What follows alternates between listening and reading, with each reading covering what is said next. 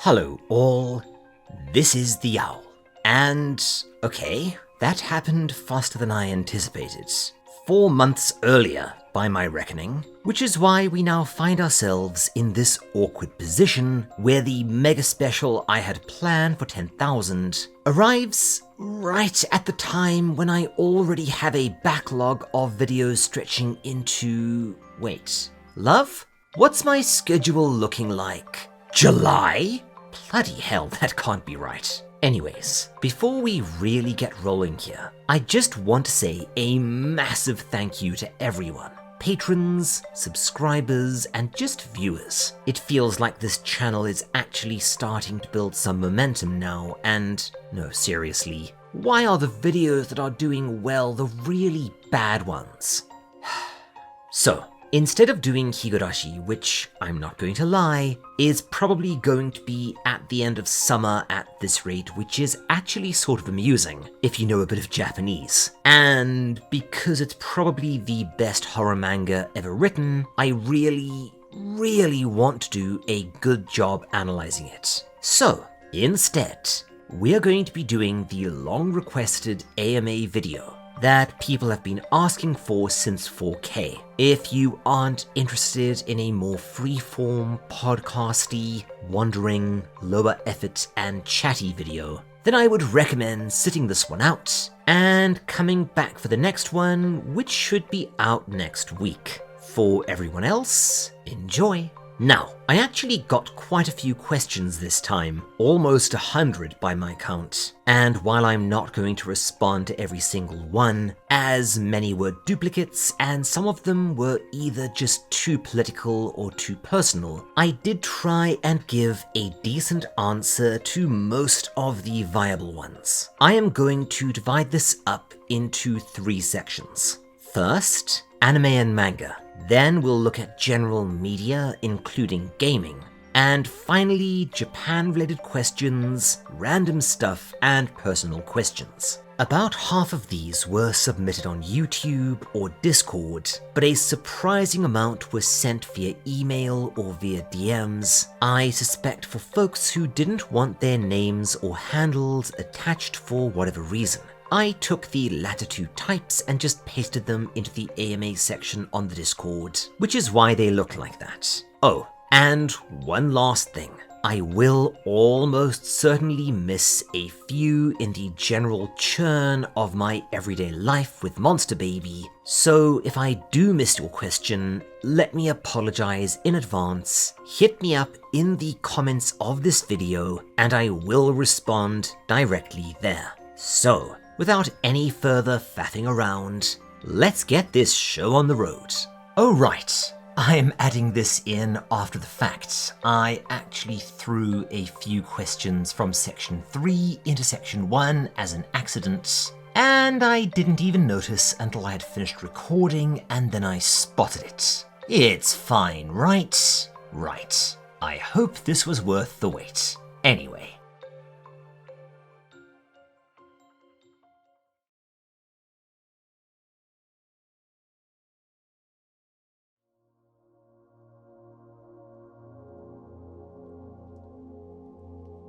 Here, we will look at a few channel-related questions, ditto anime and manga. First up, why do your videos have so many breaks? Do you mean, why do I have so many chapters in the videos? Or why it takes longer these days to make one? As to the former, keep in mind that I'm not exactly recording in a sterile environment here. And finding even half an hour to record means that I have to either do it after Mrs. Owl and the baby go to bed, but, you know, before I do, or when they're out of the shops, or I have to ask Mrs. Owl to occupy the baby indoors, which can be difficult. Either way, recordings are done sort of when and as they can be. So what I try to do is record a piece here and a piece there, and then stitch them together after the fact. This results in audio sounding a bit weird and out of balance, at least to my ear. So I will go out of my way to record whole sections which later become chapters, and the break between them serves to make it all sound a little bit more even. Seriously, go and listen to audio between chapters and see if you can spot which ones were recorded at different times of day or on completely different days. As to the latter, people do want longer form videos, it seems, with more of an in-depth cultural analysis, and this means that videos take quite a bit longer to make. So I am now working under a videos are done when they're done mindset, especially with Baby Owl, as always, needing a lot of time. So yes, there will be months with 3 or sometimes only 2 videos, or if it's a mega special like Gantz, there might only be 1. Hopefully the increased quality makes up for the drop in volume. Next, user Gamamon asks, do you plan on watching Digimon Ghost Game? I've never heard of it, to be honest, and I did watch and enjoy the first 3 seasons of Digimon, but understand that was like 2 decades ago, and I barely remember them. I do recall liking season 3 a lot, especially due to this character who I love the design of. No, I am not a furry, but seasons 1 and 2 felt like a 20-episode anime stretched out into 100 plus, and there were a lot of periods where it just felt like nothing much was happening. I have heard that the Japanese version is a lot better, and maybe I'll watch it one day with Baby Owl, when she's older of course. These next few are by a longtime patron, Lance Goebel. Are there any manga that you would list as favorites that you'll probably never cover here because they don't quite fit the theme of the channel? Ooh, yeah, a good few actually. I've often debated looking into My Hero Academia, for instance, as a deep dive, as there is just so much cultural stuff that I want to discuss, especially regarding the anime and manga as an angry as hell critique of the Japanese education system and how it messes kids up. I swear, every time I read that manga, I spot something else that's genuinely intelligent and insightful. It just wouldn't fit the channel. One Punch Man is another one that immediately comes to mind. The biggie though is Jujutsu Kaisen, as it's really close to horror at times, and also has nods to a lot of classic horror manga, especially Masaki Nakayama, but it's a long series and a show pro, and I've got too many deep dives running in parallel together right now. We will see. Next, from the same chap, you are given a special privilege on your YouTube account. One single video you upload will be immune to all types of copyright claims. Can't be taken down to content rules, etc. Basically, this one video is above all but the actual law of the land. How would you use this privilege? Ooh, that's a really good one.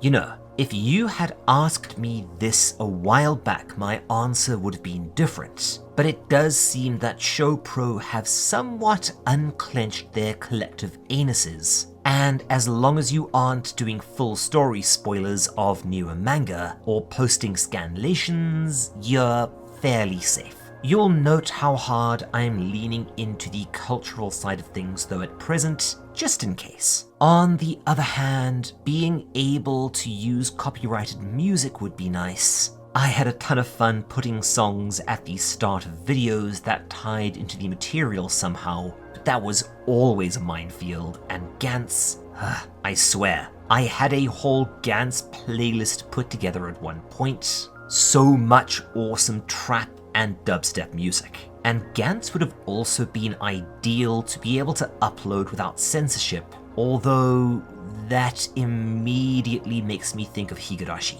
So yeah, Gantz or Higurashi. However, one thing to keep in mind is that right now, Much more of a concern when I look at a manga is, has another bigger YouTuber covered this? Because if they have, often I might as well not. Especially when we're talking people like Comicstorian, who have full editing teams behind them, studio quality recording setups, and actual animators. I cannot compete with that as a working class dad who records and edits his own videos in the noisy living room once everyone else is in bed. So yeah, I don't think that there is a video right now that I'm salivating to cover but can't due to copyright reasons, although not having to censor would be nice. And as an aside, there are so many different manga that I do want to cover right now, but my video backlist is getting bananas. You are able to ask any mangaka throughout history one question about a story that they wrote, and you will definitely receive an answer. What question are you asking, and to whom? Oh boy. Okay, Kohei Horikoshi for sure. And the question would be, does Bakugo constantly shout because his explosion quirk has made him go mostly deaf? This is Mrs. Owl's question, by the way, and it's really good. Last one from Lance Goebel for now. What are the first two series that come to mind when you hear the phrase, "This manga is severely underrated"? Two. Okay, sure. First one would be Black Clover. It does admittedly start a bit mid, but I found it to be really charming and had a surprising amount of humor that landed for me. I do not know why this series gets so much hate, especially with Fairy Tail, a similar but substantially less good one, getting love. The anime admittedly has the problem that a lot of shonen do in that the pacing is sort of all over the map, but I actually really liked the manga. For the second, when I was writing this script, I had one in mind, but as we will actually be tackling that in June, as requested by Albard patron Jathis, I will wait, and for now I will just say Solo Leveling. Because yeah, a lot of people criticize this one for being just another power fantasy isekai manhwa, but it absolutely blew my socks off. Kengan Ashura is another contender, but it does seem to have its audience, so maybe not the best choice. Next up, User Dog Day asks, what is the most disturbing manga you have ever read? Higurashi, probably. I have read sicker, gorier stuff, but for something to disturb me, I actually have to care about the characters and what happens to them. Weirdly, Blade of the Immortal also immediately came to mind. Let's just say I sometimes wonder if that specific mangaka does have problems with women. However, I have a feeling that Higurashi is going to be the answer to rather a lot of questions on this list. And weirdly enough, the gruesome or squicky bits are not the most disturbing part of Higurashi. It's more the horrible things happening to really great people for no apparent reason. Next up, have you read any manga similar to a lollipop or a bullet? If so, what's it called? Yeah, Higurashi. See what I mean? If you ask me a question about horror manga, the answer might be Higurashi, at least a lot of the time. Next up, has a manga or anime ever really made you scared? Assuming you mean scared as in the I don't want to look behind me at 11 PM scared. Masaki Nakayama stuff, ditto that one bit in Higurashi, and some parts of I Am a Hero. I really should cover I Am a Hero at some point, maybe once my backlog eases up. There is a ton of stuff that is amazing in there, and it's another manga that I genuinely love, while also considering it fairly scuffed. Anyways, RB asks, hey Owl, have you read MPD Psycho? I have not, but it's one that people keep telling me to read, so maybe at a later date. I've got so many manga to cover at present. Zahen asks, what's the most thing you like about the horror genre in manga? Okay, good horror manga knows that gore and squick do not make something scary, and sometimes they're actually a distraction. Plus, it's very difficult to care about a story if we don't care about the characters. And finally, while some explanation is generally needed, over-explaining the hell out of things has a tendency to demystify them, and it's very difficult to keep being scared of it. This is a huge problem I find with Western horror, which is why movies like Smile kind of come out of nowhere and ambush me. Electric Bagpipes asks, hey Owl, have you read Hoseki no Kuni? The last chapter is finally coming out on the 25th of this month. I'm not even slightly exaggerating when I say that Hoseki no Kuni is, along with Shibuya Goldfish, probably the #1 requested manga since I started covering Made in Abyss way back when, as apparently it exists in a similar bleak headspace. But I'll be honest here, I've tried reading Hoseki no Kuni many times, and I find it to be more than a little bit impenetrable. And for some reason, the art just doesn't vibe with me. I'll probably go back to it again for some sort of milestone eventually because, yeah, for some reason, you all really do seem to want me to cover this thing, which suggests that there might be more to it than meets the eye. The Hedgehog Gamer asks, what mangas do you refuse to review? Deep dives on Kadokawa manga still do seem to be tricky. Ditto anything by Shopro that would require me to use a scanlation site, especially on anything longer than maybe 20-minute video. But mostly it's stuff that can't really be adapted for a YouTube video in any monetizable way, like, you know, Uziga White manga or similar, or manga that I just really don't enjoy like ReZero, or stuff where I don't have that much to say. Lil Cookie asks, what is your favorite manga adaptation, live action or animated?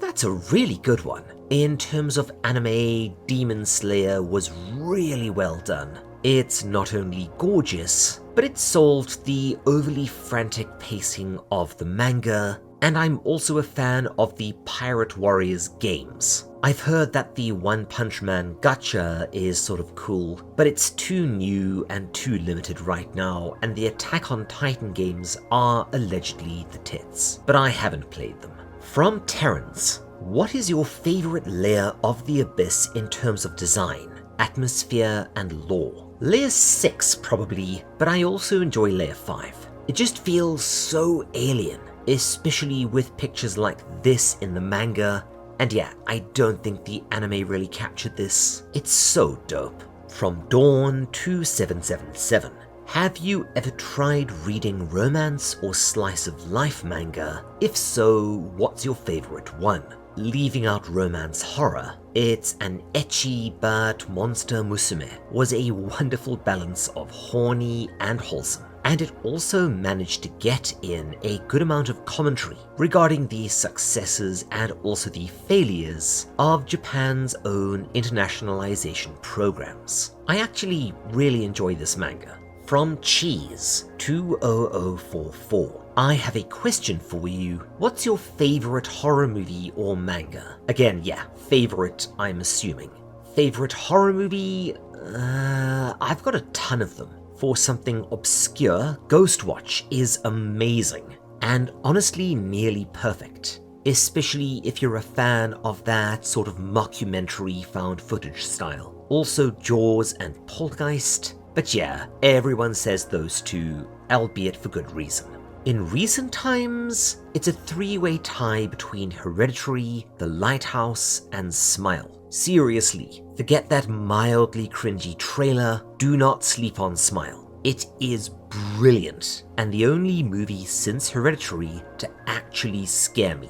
Just be warned, this one will stay with you. Bonus points for One Cut of the Dead. It's not really scary or even really a horror movie. No, I'm not going to spoil anymore because this is a movie you need to watch yourself. Trust me, you will not be disappointed. It's not what it seems at first, and you will need to watch until the end, but this one had me smiling all day. Do you watch any other anime YouTubers? No, barely have the time to make my own videos, let alone watch those made by other people. The closest I'll get is having, I don't know, Comicstorian or Comics Explained on in the background while I take care of the kiddo, but with us going out more, even that stopped. What is the manga you've read again the most times? Ooh, One Punch Man would be up there.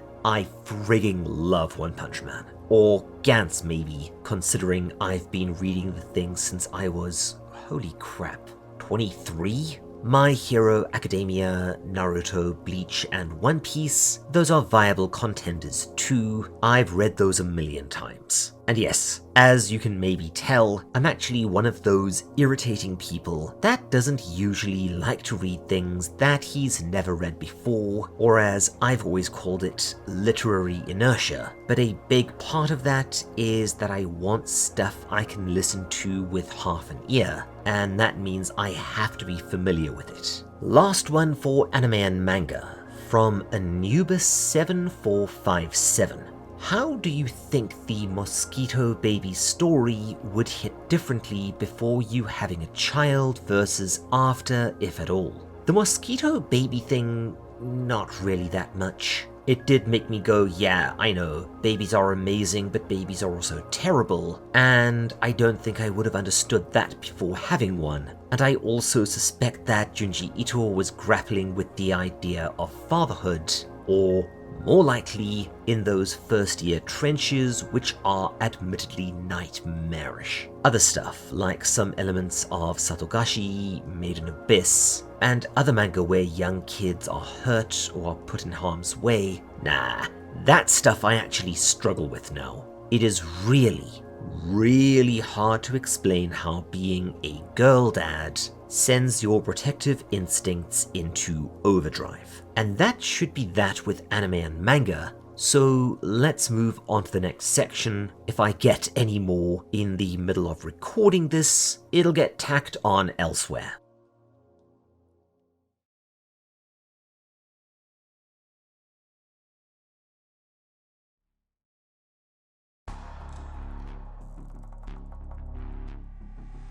Okay, here we'll have a good few questions that revolve around media outside of anime and manga. From Cleed44, do you have any favorite video games that you play or have played in the past? Yeah, tons. My favorite video game of all time is probably World of Warcraft. Yeah, cliché, but it's hard to explain just how many incredible memories I have attached to this game, and it is inextricably bound up with some of the best and some of the worst times in my entire life. Although I will also admit that I haven't played it properly since Legion, which was when Mrs. Owl and I used to have a lot of fun playing together. But you know, adulting, and that game is a time sink.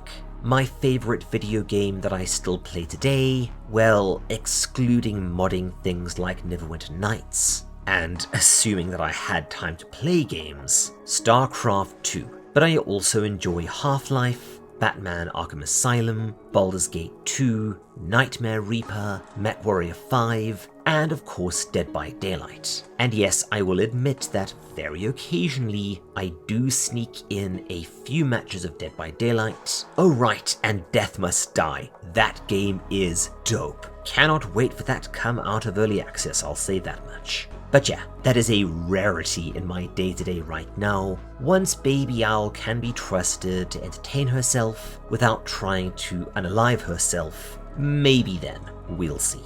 Do you like horror games? Yeah, it depends. In theory, I love them, but in reality, I absolutely hate being jump scared. I am a pretty high tension person in real life. Mrs. Owl will tell you some stories, including all the times I very nearly hit the ceiling playing Resident Evil 2, but as of late, I will happily jump aboard the Iron Lung train. That is a standout. Ditto Squirrel Stapler. Aside from those, Spooky's Jump Scare Mansion is near perfection for that kind of runaway simulator, and I do still have a soft spot for Machine for Pigs or Layers of Fear as truly great horror stories, admittedly with only a little bit of game attached to them. Next one. What is your favorite game villain in gaming? Okay, that's a fun one. I'll have to restrict this to original characters, but Wesker from Resident Evil is fun, and Handsome Jack from Borderlands is about as good as they come.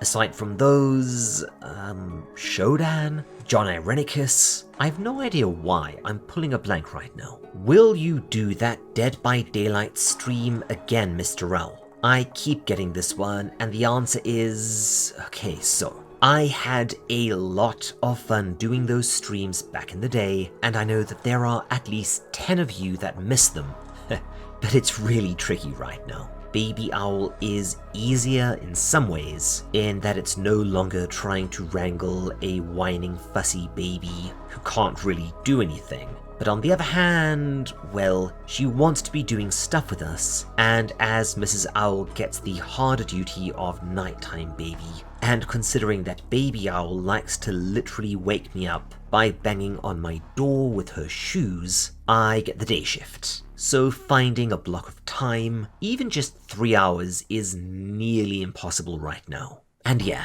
sadly, as I have mentioned recently, this has also forced me to put a bit of the hard word onto D&D for now. But maybe next year.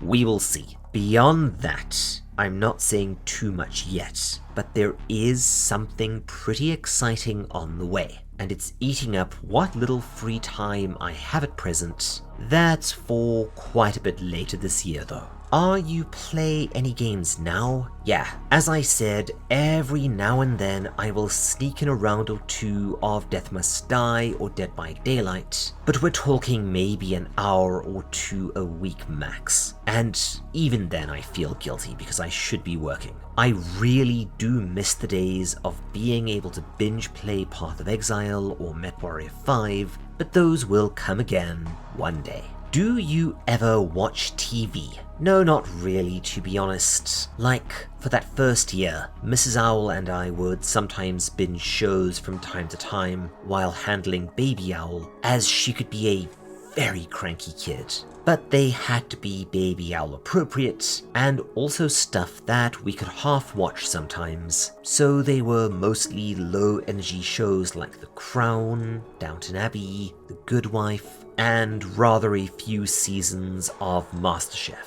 Aside from that, before the baby, I loved to watch Venture Brothers, Metalocalypse, Archer, Star Trek Deep Space Nine, and Voyager, and a few others, but unfortunately I just do not have the time for that sort of thing anymore. Between the baby, videos, the wife, and just day-to-day adulting, some days I am lucky if I can find the time to shower. I wish I was kidding. And the last one for the other media section, is there a movie that you like that viewers would not expect you to like viewers?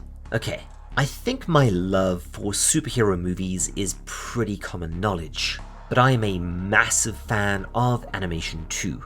Mrs. Owl and I watched The Secret of Kells not too long ago, and I was hugely surprised as to how much I enjoyed it.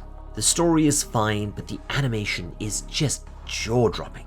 Aside from that, it takes a lot to make me enjoy a comedy, and yet, Hot Fuzz might be one of my all-time favorite movies. It's just so good. And there are 1 or 2 bits that still get a laugh out of me, guaranteed. And with that, let's move on to the last section.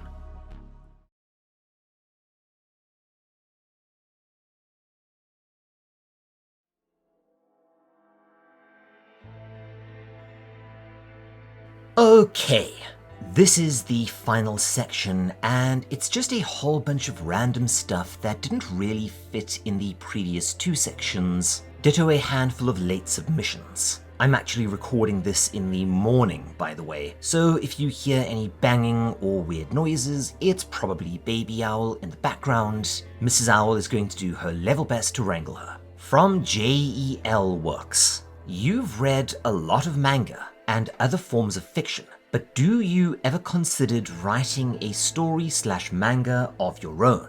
You know, it's funny you should ask that.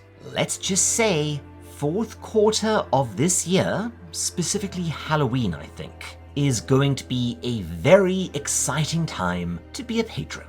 From Demon33.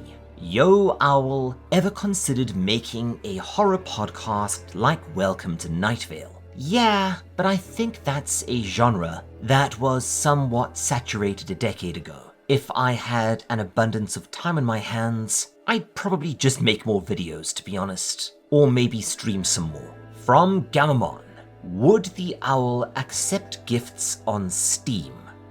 You know, this is gonna sound weird, and I would love to say an emphatic yes, but I'm gonna have to say no, at least for now. Not because I don't want them, but because I would honestly feel bad.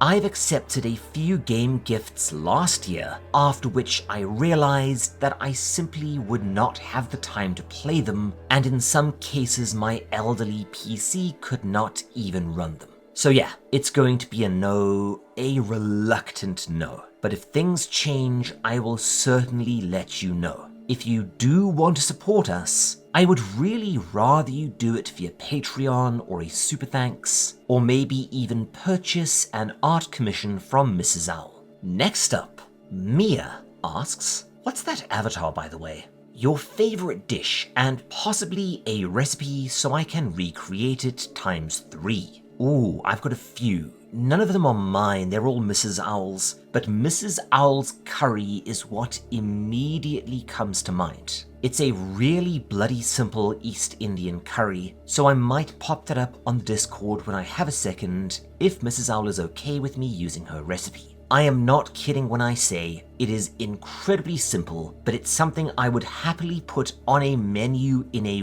restaurant. It is that frigging good. Apocal asks, what are your 3 most favorite cookie flavors? I'm not really a big cookie man, to be honest, but macadamia nut white chocolate chip is probably the only one I would actually choose, or while it's not a flavor, Romany creams are still gorgeous. Do you like gloomy weathers too? I used to.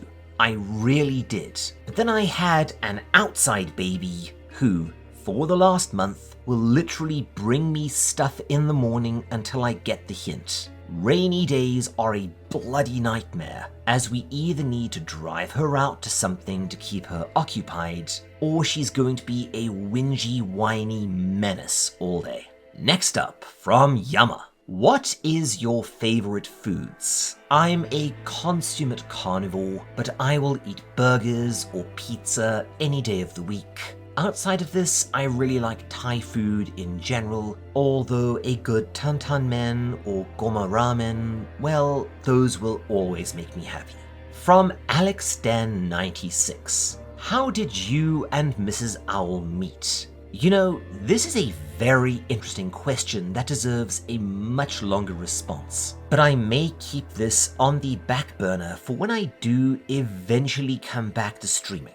Short answer, we were co-workers in Japan. I had a thing for her for a while, but we just kept missing each other. Finally, she came out to an archaeological dig with me. Long story. We went to watch Deadpool after, and then I asked her out. 6 months later, we were engaged. A year later, we were married, and now we've been married for creeping up on a decade. From Walleye. Do you believe in anything supernatural? Yeah, and to answer a lot of questions, I'm also somewhat religious, so it would be strange for me not to. From Lady Leomon. Hey Owl, just curious. What was it that first drew you to the realm of Japanese horror? That's a really good question. I think it was that I watched The Ring, the Western remake, which, I'll be honest, I still prefer to the original. Ditto the Western Grudge remake, both of which scared the absolute piss out of me to the extent no Western horror film ever has. And yes, if you're hearing stuff in the background, that's Baby Owl doing I don't even know. Regardless, Berserk and Gantz then became firm favorites of mine, and both have pretty decent horror chops too. Finally, I saw, and then I read Higurashi, which not only blew me away, but also changed the way I thought about horror and narratives as a whole, and to this day remains one of my favorite manga of all time. Next up, another from Lance Goebel. What's something that you're very into that you suspect your audience here would not associate with you? Ooh, I'm absolutely nuts about hiking and camping, and I really do look forward to taking Baby Owl out when she's older. While I'm a massive nerd, I'm also really outdoorsy. I also really miss fishing, even though the country I currently live in now makes it practically illegal. Next up, from our Owlbard patron Jathis. What's your favorite kind of owl? Yeah, sorry, that is Baby Owl in the background. She's playing with something. Burrowing owls are my favorite. Snowy owls or tawny barn owls? Or how about that absolutely bonkers transforming owl from Japan? Just Google it. From Zero, can I make fan art? If so, what image should I use as a reference? Sure, I love fan art. We've had some absolutely amazing pieces over the years as well. As to reference, it's totally up to you, but a lot of folks just work off the avatar Mrs. Owl drew for me. And yes, obligatory plug for Mrs. Owl's art commissions. To all of you aspiring YouTubers out there, you will not find this quality at this price, I can promise you that. What mic do you use to record videos on? I use a HyperX Cloudcast thing that Mrs. Owl recommended. We both actually share it. I would love one of those fancy Shure mics, but they're just out of my price range, with the next big purchase inevitably being a new PC, as my current one is maybe 150 in computer years. Next one, I had about 15 variations on this, by the way, Democrat or Republican, to which I will answer yes. If you went to a desert island, what would you take with you for the island, Owl? Assuming that I can't cheat and say a jet ski or a teleporter or something. I'd be tempted to say Mrs. Owl, but I wouldn't want to strand her, so I would just say the bug-out backpack that I keep in the linen closet, which contains all my survival stuff. Or like an audiobook reader with spare batteries, yeah. How many languages do you speak? 3. English, Afrikaans, and Japanese. I'm also learning Hungarian, but I don't speak it well enough to really say that I, well, speak it. Favorite color? Indigo. Or honestly, most things at the indigo-violet end of the spectrum. I also love neons, especially neon pinks or ultraviolet. How do I make a wife like Mrs. Owl? Make? Yeah, I'm not gonna make the obvious joke. But if you mean meet, then, well, your best bet is not go out looking for a wife, and more just try and meet someone you like spending time with, who likes spending time with you, there's chemistry there, and you have similar goals in life. Date for a while, and then take it from there. However, there are 2 really important things to remember. First up, if you think relationships can be hard, trust me, take that difficulty and multiply it by 100. I love Mrs. Owl more than words can express. I would hope she feels the same way about me, but even then, there have been times where she and I have taken pieces out of each other. When you are married, forget bad days and bad weeks. There will be bad months, there will be bad years. And you will need to get through them, because divorce isn't really a thing. you're still in a relationship with each other, except now you are mortal bloody enemies. What I'm saying is, be absolutely 100% sure that you want to get married first, travel together, live together, go through some bad times together, because you will be tested. It is worth it, like most difficult things are, but do not go in blasé.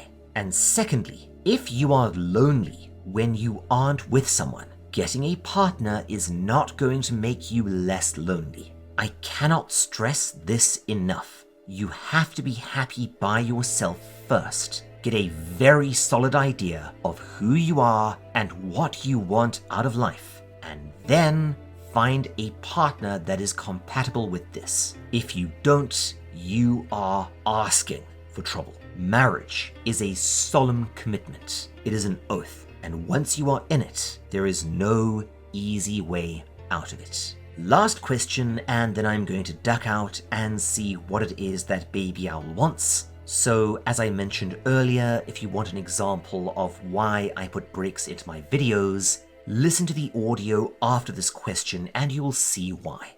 What thing really scares you? You mean like phobias and not just the general terror of being an adult with a kid? Well, after a genuinely awful experience in Japan, I have a pretty severe fear of driving. For a long time, it was a fear of being in cars in general, but now it's just driving. Yeah, it sucks. And I am trying to work through it, but easier said than done. And we're back.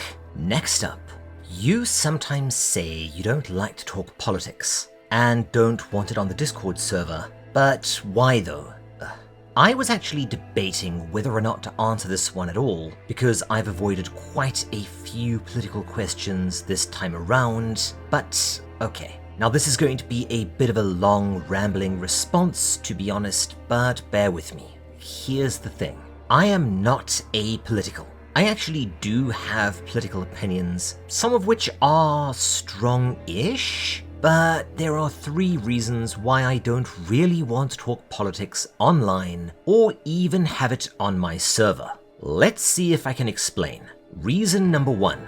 My political opinions are all very dull, very boring, and very moderate. I cannot overemphasize this. I get the sense that a lot of you are looking for someone with spicy takes or radical ideas, but I'm sorry, you're in the wrong place. Unless "can't we all just get along" is now considered to be a spicy position. Reason number 2. I think that the political discourse as a whole is almost irreparably poisoned now. The 2000s got ugly, but at least we were talking. The 2010s were the decade of us all just shouting at each other and being dicks. But compared to what we have now, where any engagement with folks too far outside of your own political space isn't just discouraged, it's outright problematized. Frankly, bring back the shouting. At least we were communicating in a fashion. Now everyone just seems so partisan, so mean, and so unwilling to even associate with other political factions that yeah, it's kind of broken, and I don't know if it can be fixed. Regardless, I want my channel and my server to be at worst an escape, but ideally a unifying space. Reason 3 is a little harder to explain, but I will give it a shot. See, I am not a celebrity. I'm not even what you would call a micro-celebrity outside of maybe fringe manga circles, and even then, people seem bizarrely interested in my takes, or will even ask advice on a whole range of stuff, from relationships to exercise to, yeah, politics. Even though, why would you ask me? I have to wonder if this is part of an evolutionary, probably primate originating quirk of the human psyche as it pertains to celebrity. People seem more willing to take the opinions of people who already have a platform, so like movie stars or prolific authors as an example on social media, than that of professors or experts. which is how frigging Goop makes millions giving people bad, oftentimes dangerous health advice. And, okay, I'm gonna end that thought there. But this also goes triple for politics, where far too many people can spread a bad take to millions, while actually good takes are left to rot in obscurity. And that's before we get into now how radical, bizarre, out there takes tend to get all the attention and thus the engagement and are spread, while sensible middle of the road takes, well, yeah, rot. And thus, even with my comparatively tiny platform,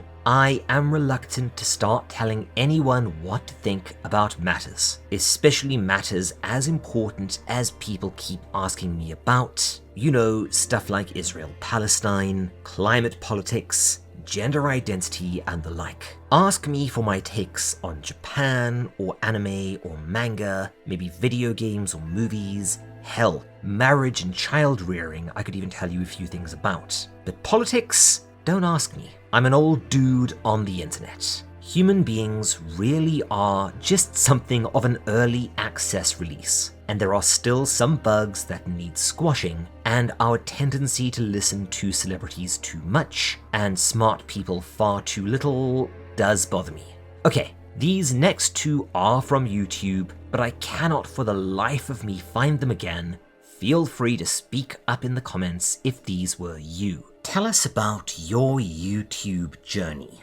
Okay, I actually wanted a channel starting in, it was probably 2008 or 9 or so, but unfortunately, believe it or not, I was not permitted to do so as part of my contract for working in Japan, and this restriction actually remained in place for quite some time. A lot of contracts, see, for foreigners, especially as it pertained to government work and education, had a stipulation of no social media allowed, especially if you worked at better high schools, as students, at least back then, were not permitted to have social media either, and this meant that teachers could not have social media at all, at least not publicly. Keep in mind that where I taught, kids were straight up banned from playing video games at school or at home, or even going out to watch movies, as it would distract them from their studies, leading to me getting told off by my supervisor because I was spotted on the bus carrying a PS2. This actually did gradually relax in the early 2010s, but was replaced by a stipulation that we couldn't receive any extra income from other sources, including stuff like YouTube or streaming. So yeah, it wasn't until I worked elsewhere that I was even able to start my channel. I tried a few concepts back then, a commentary channel which was garbage and nobody will ever see, a speedrunning channel that was also trash, and then I started to become a sort of dead meat clone, except with jump scares rather than kills. And while I actually think I did a decent job, working with movies is not something you want to attempt now, unless you have a partner manager due to copyright issues, hell, even with trailers. So yeah, eventually I actually just left the channel alone after trying a few other things like gaming videos, but when I took a look a few years later, while most of my videos had like 20 views, there was a manga one that had, I think, 1,000. So I decided, what the hell, let's try it. And the channel as it is now was born. Only, boy howdy was my content bad. Closing in on the end now. What was it like growing up in South Africa?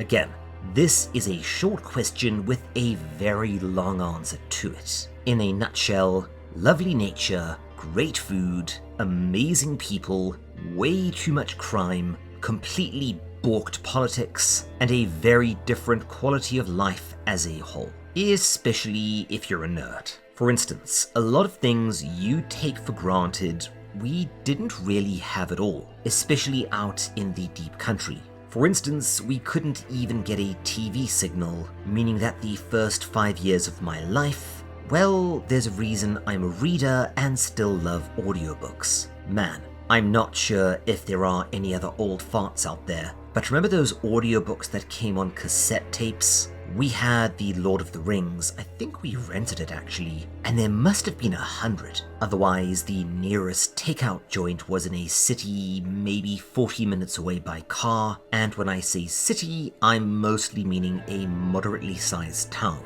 To buy computer parts, we had to order them through a friend who would then need to buy them in Johannesburg and drive them all the way down to us next time he stopped on by, which could be months. Ditto computer games or any other tech we needed. By the time I was like 10, NES games were available, but only from a single store at the mall, maybe 50 minutes away. And these were marked up to stupidly high levels. So if you wanted to buy any sort of video game, be it console or PC, you mostly did it from hawkers at flea markets, even though I now know they were mostly bootlegs out of India, China or Russia, or some kind of weird factory cast-off. To this day, I still don't know. Weirdly enough, there was also eventually a pet shop in town that carried the same bootlegs, which made my life a lot better. And yeah, I'm sure you can imagine just what a different experience moving to Japan was. Okay, last two giving us 50 even, and these were last second arrivals via DM and email respectively, after which we will just wrap up. Are you a furry? No. And as part of the next question, where I was asked what I think of furries, you all seem pretty friendly and it looks like you're having a lot of fun, and you make a lot of cool art, I will say that. But I'm just a touch too old for this kind of fandom in general. Last one. What do you think of trans people? You know, I got asked this one quite a bit, and I was on the verge of just not answering. Mostly because I'm still not 100% sure what you mean by that question.